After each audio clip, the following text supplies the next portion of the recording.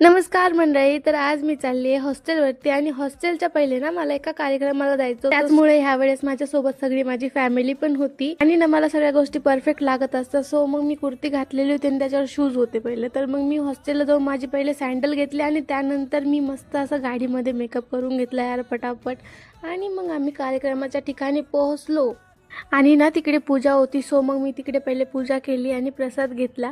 यार मला ना डेअरी प्रोडक्ट अजिबात आवडत नाही. सो माझं त्याच्यामुळेच इकडे तोंड वाकडं झालेलं होतं. और उसके बाद मी मस्त असा नाश्ता करून घेतला. मला ना त्या आंटीने ना गजरा दिला होता लावण्यासाठी आणि नंतर मम्मीने मला तो गजरा लावून दिला. यार किती क्यूट दिसत होतं ते गजरा लावल्यानंतर. मला ना तिकडे प्रसाद वाटायला बसवलं होतं आणि मी काय केलं माहितीये, मी तिकडे प्रसाद वाटण्यासोबत मी पण खाऊन घेतला.